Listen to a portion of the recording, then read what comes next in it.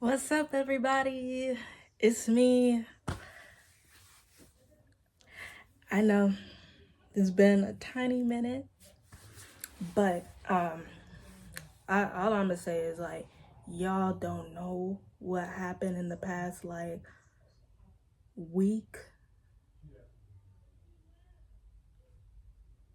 It's been crazy, which is why I have my computer here, which is why I want to touch on something that's important because I feel like in everyday life we can get really, really, really distracted. Distracted to the point where we rather neglect ourselves or we neglect others or we neglect the most important person, which is God. And when you do that, I swear you're gonna feel it, and it doesn't feel good. So I just want to basically, this video is really gonna be more of a teaching, I guess. Not really, but just wanted to share you how to love God in a very isolated place. And I'm sure we've all been there, being isolated or feeling isolated, feeling like you're alone. I've definitely been there. I've definitely have some scriptures too. So let me go through the scriptures and then we can just like have a chat. So yes. Okay, so the first one will be Matthew 22 and 37. So let me go there. And I cannot find my Bible, bro. I wish I had my Bible. I don't know where I put it. So I have to go on my computer, which okay, I mean, hey, I'm still reading the Bible, but I would love to have the actual one. But yeah, Matthew 23 and 37. And then I'll also put it in the notes or comments so you don't have to keep going back and trying to find the scriptures. Cause yeah, that can be annoying. All right.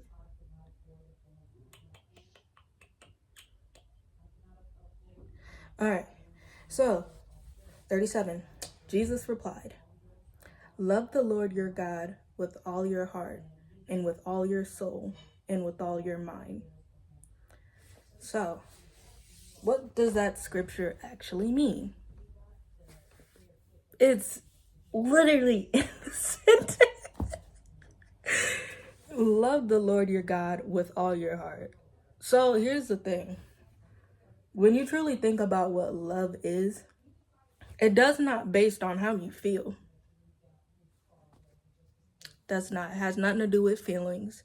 It doesn't have to do with circumstances, whether you're on good terms or not, or any other circumstances. Love, I feel like, is just something that you do because in a sense you respect that person. And if I don't make sense, please tell me, because I'm not a good explainer. That's exactly why I'm not a teacher, because I can't explain for the life of me. But if you love someone, whether or not they made you mad or whether you're on good terms, there's just certain things you would do because deep down you love them. You may be mad or whatever is going on, but you still love them. So you'll still do things for them. That makes sense. And it also ties into loyalty too. Because being loyal is not based on circumstances or how you feel. It's you're always going to be down for that person, if that makes sense. So when you love God, truly love him, and it doesn't really matter if you are isolated or if you're mad at him or if things are going good, that's one thing. We tend to not talk to God or ignore him when things are going good. Let's not do that. Yeah, let's not do that. That's not a good idea. Because I've done that before. And it literally, God taught me a lesson. He gave me a Job moment where he was just all right, let's take all of this. So it's not because of the consequences. It's just that you should be thanking God in every circumstance. When you're happy and when things are going good in your life, definitely thank Him for that. And when you're going through it, it may be harder to do it, but yeah, you need to do it. So, to this scripture, love the Lord your God with all your heart and with all your soul and with all your mind. There's 3 different aspects to it. Your heart, which can be like a more emotional matter, your soul, which is your soul, like, and then your mind. You have to give everything to God. You have to love you can't just give Him your heart and soul and be like, I'm gonna keep my mind. You can't do that, because that's not fully loving God, because you're still keeping that one part. Or you're just giving God your heart but not your soul and mind. Like, you can't do that. You have to fully be committed. And that's the thing in this generation, is commitment to anything, not even in relationships, just commitment. And to anything that you do, I feel like this generation has a very hard time being committed into things, which is an issue. Because you say you want to do these things and you say you want to, even in this channel, like I was saying, oh, I'm going to be posting a lot, and then like here I am not posting for a week. And like, while like that may not be a huge issue, there's still like an underlining issue that I seen in myself, which was commitment. Like, yes, life happens, stuff goes on. That doesn't mean you neglect things. And if I'm really going to be committed in something, then I have to go through with it all the way, not partially or not when I want to, but all the way. And that goes with school, that goes with jobs, people, businesses that you like, anything you want to do, you have to go into it all the way. Otherwise, it's just not going to work. And if you're going to put in 1%, that's what you're going to get back. So also just remember, don't expect to get anything huge in return if you're not really pouring out anything big. That makes sense. So when you truly love God, actually love Him with every aspect of you. Now, the next scripture, we're gonna go Mark 6:30 and 32. Okay, I'm sorry, y'all. I had to get a pillow because my legs is hurt. I'm sitting on the floor, which I don't mind, but like, it gets to your legs. But okay, next scripture is Mark 6:30 and 32. And this is all gonna make sense. And if it doesn't, like, let me know. Because like I said, I'm not good at explaining things. Like, I'm not trying to come down at myself. That's just something that I noticed. Like, I'm not good. So part of it is just I gotta keep talking for people to like actually get it. And then they be like, oh, and then I'm like, okay, good. But yeah, I'm just not good at explaining things. So yeah, Mark 6:30 and 32. All right. So this is when Jesus feeds the 5,000. So 30. Wait, did I say 30 and 30? Yeah, I did. Okay, sorry. So the apostles gathered around Jesus and reported to him all they had done and taught. Then, this is 31, then because so many people were coming and going that they did not even have a chance to eat, he said to them, come with me by yourselves to a quiet place and get some rest. So they went away by themselves in a boat to a solitary place. What does this really mean? So the apostles was obviously learning from Jesus, going around doing what they're doing as being the apostles, teaching people, helping out people, all of that. And there comes to a point where they all realize that, like, yo, I had nothing to eat. I didn't drink. I ain't do none of this. Because there were so many people that they were going out and teaching and all of that. And then Jesus comes in with 31, telling them, "Come with me by yourselves to a quiet place and get some rest." Now, let's break that "come with me," that sentence. So, come with me, go with Jesus, literally. Nobody else. Don't go to your friends, don't go to your little boyfriend, your little girlfriend. When you really need to replenish yourself, that is a you time. That is you and God. I know you may love people and you want them around, but there's when you really need to replenish yourself and really get into a place where you can hear God, that has to be alone.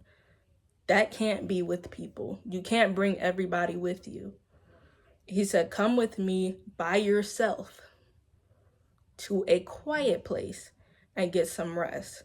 The other issue to the sentence that people don't do is they don't go to a quiet place. Like the scripture, like there's a reason why God says go to a quiet place. Because if he didn't want us to know that, then he would have never put that in there. So again, isolating yourself from people and then actually your setting and your area is by yourself.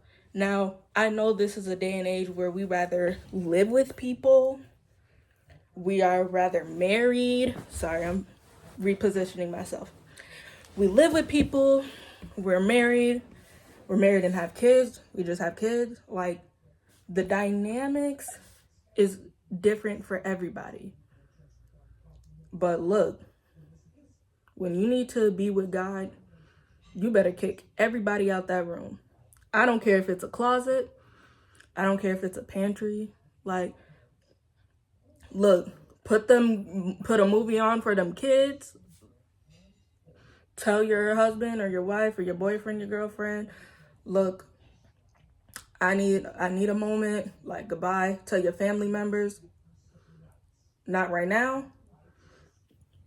I used to put a sign out on the door. Like, I used to write something on paper and then tape it and put it out there. And it says, like, don't come in here, I'm praying or something. Like, you don't have to be rude with it, but also just know that if you're not getting replenished by God and something else, whether it's people or things or probably Satan himself, you're not going to be the best version of yourself. Imagine you're not getting replenished by the person who created you. Yeah, that's an issue. You have to go back to the person who created you. That's why when you buy something and it doesn't work, you go where? Back to the store that you got it from. Because they're the only ones that know what's going on. And they go back to the manufacturer, which is the people who created that item. So everything has a beginning. Everything has a place. Your place and where you come from is God. So when you're not like, and I struggle with this too sometimes, so like don't think I'm coming for you, because I'm really just talking to myself on video. Like when I'm telling y'all these things, it's really about me. If I'm being honest. Like I'm talking about myself. You gotta go back to the person who created you, and that's God. And when you go back to the person that created you, that's when you can fully replenish and get yourself together. He says, "Come with me by yourself to a quiet place and get some rest." Again, rest. That could be a spiritual term and a physical term. You have to sleep. Like you have to sleep. Don't expect, again, we expect ourselves to run properly, go to work, do these things on 1 hour of sleep. How does that work? That doesn't make sense. You're asking your body to do too much. And you're asking your body to do the impossible. if you don't get enough sleep, do not expect to do above and beyond. It's not gonna work. And that goes with spiritually. Don't expect that you are okay mentally, physically, or if you're not like reading your word or praying. Like it's just not gonna work out good for you. That's why you have to pray daily. That's why you have to read your word daily, because life is gonna keep lifing. That's the thing. Life, it will continue to be life. And if you stop because life is lifing, you're putting yourself in a very dangerous situation. Because then if God's not talking to you, then who is? So if you're not praying to him, talking to him verbally, if you're not listening to worship music, getting in his spirit, if you're not reading the word, you're reading somewhere else. That's the thing. If it's not from God, it's definitely somewhere else. You're talking to someone else. It may not be God, but you're talking to someone else, and that's the issue. Not that you're talking to someone else, but God is not the first person you talk to. That should be the first one. That should be the first person you talk to.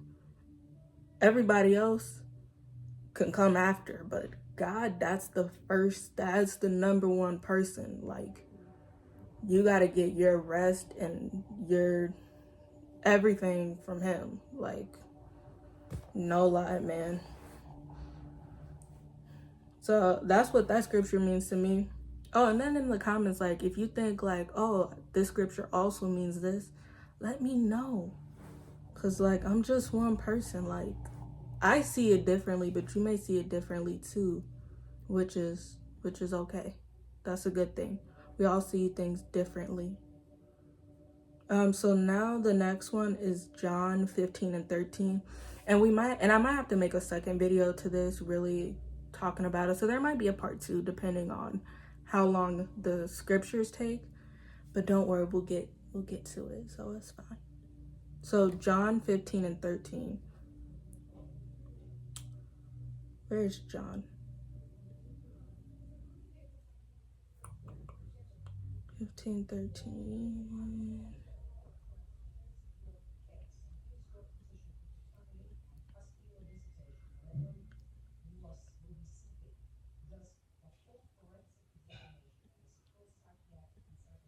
All right, so John 15 and 13. Greater love has no one than this, to lay down one's life for one's friends. I mean, that scripture is self-explanatory. Again, nobody can love you more than what God did. And you may hear people say this, yeah, like, oh, Jesus died on the cross, but it wasn't something simple. That, from God's point of view, when I look at it, is he gave up his only son. Imagine having one kid, and in order to save someone's life, your kid has to die to save another kid's life. You know what I mean? Like, think about that. God only had one, like, biological son, per se. Like, yeah, we are all his children, but from his blood, he had one, and that was Jesus. Okay, you guys, I am very sorry the video keeps cutting off. I guess because I have no storage. So we're just gonna stop here. And I know I have to make a part 2, so that's what I'll do. I'll get my phone fixed, the storage, and I'll make a part 2. Yes, so I will see you guys in part 2. Take care.